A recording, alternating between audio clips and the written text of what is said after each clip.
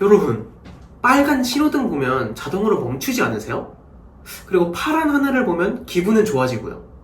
이상하지 않나요? 색깔이 우리 기분을 바꾸고 있는 거예요.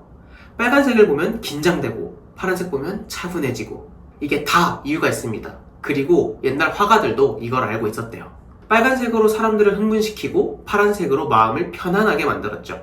오늘은 색깔의 비밀을 풀어드릴게요. 왜 빨간색은 위험하고 파란색은 안전한지 재밌는 이야기만 골라왔어요. 그럼 바로 시작하겠습니다. 안녕하세요, 권 대표입니다. 여러분, 저는 정말로 신기한 현상을 발견했어요. 색깔이 우리를 완전 조종하고 있다는 사실입니다. 이런 경험 다들 있으시죠? 편의점 가서 음료수를 고를 때 빨간 박스만 보면 자동으로 손이 가잖아요. 레드불, 핫식스 이런 거 말이에요. 왜냐? 빨간색이 에너지를 준다고 뇌가 착각하거든요. 근데 밤에는 정반대예요. 파란색 수면 제품만 봐도 벌써 막 졸려오죠. 저는 이게 너무 신기해서 직접 실험해봤습니다. 빨간 펜으로 쓰면 정말로 급한 일처럼 보이더라고요. 근데 반대로 파란 펜으로 쓰니까 차분하고 중요한 일처럼 보였습니다.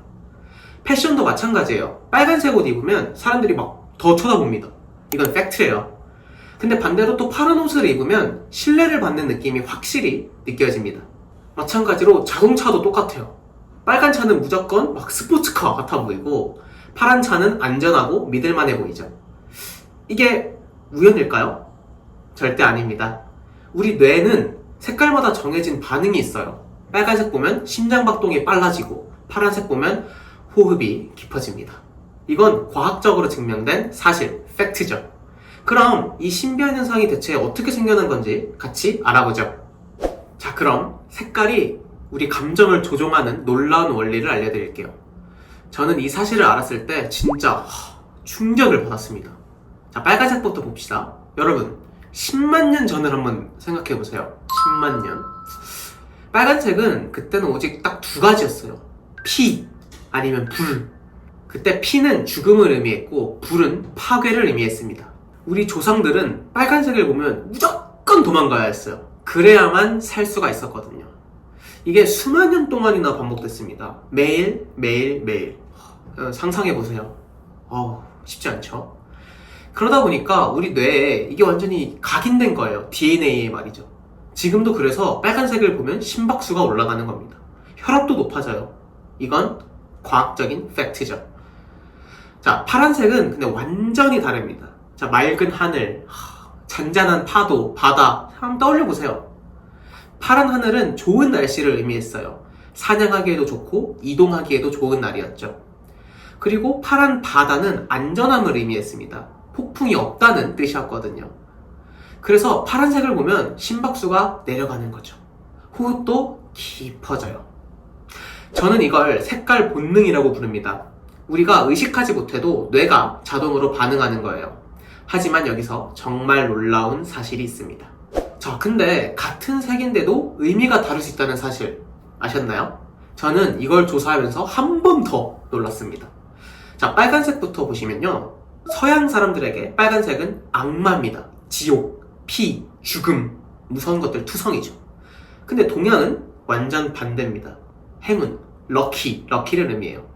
중국 결혼식을 가보시면요. 신부가 빨간 드레스를 입어요. 그리고 우리나라 한복을 보면 마찬가지로 빨간색이 들어가죠. 그럼 어떻게 이렇게 똑같은 빨간색이 악마에서 행복으로 바뀔 수가 있는 거죠? 이해가 되세요? 문화가 색깔을 완전히 바꿔버린 거예요. 자, 그런데 파란색은요, 더 놀랍습니다. 서양에서는 파란색은 우울함을 뜻해요. 블루스 음악도 그래서 나온 거고요. 동양에서는 근데 굉장히 신성한, 홀리한 느낌입니다. 하늘색이니까요. 같은 색인데 이렇게 나라마다, 문화마다 정반대 의미를 갖게 된 거죠. 자, 그러면 이렇게 그림을 그렸던 화가들은 이 모든 거를 어떻게 활용했을까요? 자, 그럼 이제 화가들이 색깔로 우리 마음을 조종하는 방법을 보여드리겠습니다. 빨간색의 힘부터 봅시다. 여기 마티스라는 화가가 그린 빨간 방이 있어요. 보시면 자, 방 전체가 빨간색입니다. 벽도, 테이블도, 의자도 전부 빨강이에요. 이 작품을 처음 본 사람들은 깜짝 놀랐습니다. 너무 강렬해서 눈을 뗄 수가 없었거든요. 마티스는 이렇게 빨간색으로 사람들의 감정을 폭발시킨 거예요. 반면 고야는 다른 방식으로 빨강을 썼습니다. 사투르누스라는 작품에서 어두운 빨강으로 공포의 광기를 표현했어요. 같은 빨간색인데도 밝기에 따라 완전히 다른 감정을 만들어낸 거죠. 자, 그러면 이제는 파란색의 신뢰를 증명하는 작품들을 봅시다. 베르메르가 그린 진주 귀걸이를 한 소녀 아시죠? 자, 여기서 이 소녀가 쓴 터번의 색깔이 바로 아름다운 파란색입니다. 이 파란색 때문에 소녀가 더 신비롭고 믿음직스럽게 보이는 거죠. 그래서 이 작품은 500년이 지났는데도 사람들이 계속 사랑하고 있습니다.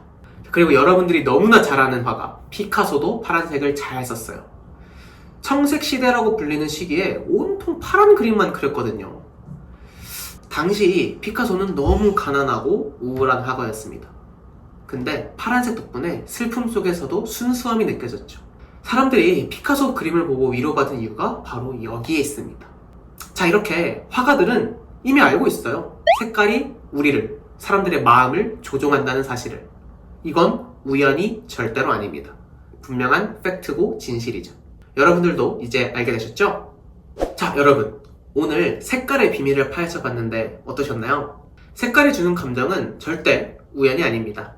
인류가 수만 년간 생존을 위해 학습한 본능적 반응이었어요.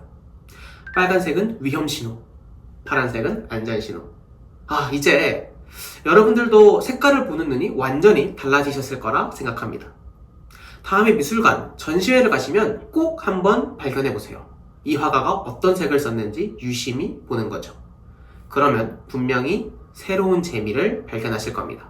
앞으로도 저는 이렇게 재밌는 예술 이야기를 가져올 예정이니까요. 구독과 알람 설정 꼭 부탁드려요. 오늘도 끝까지 봐주셔서 정말 고맙습니다. 안녕!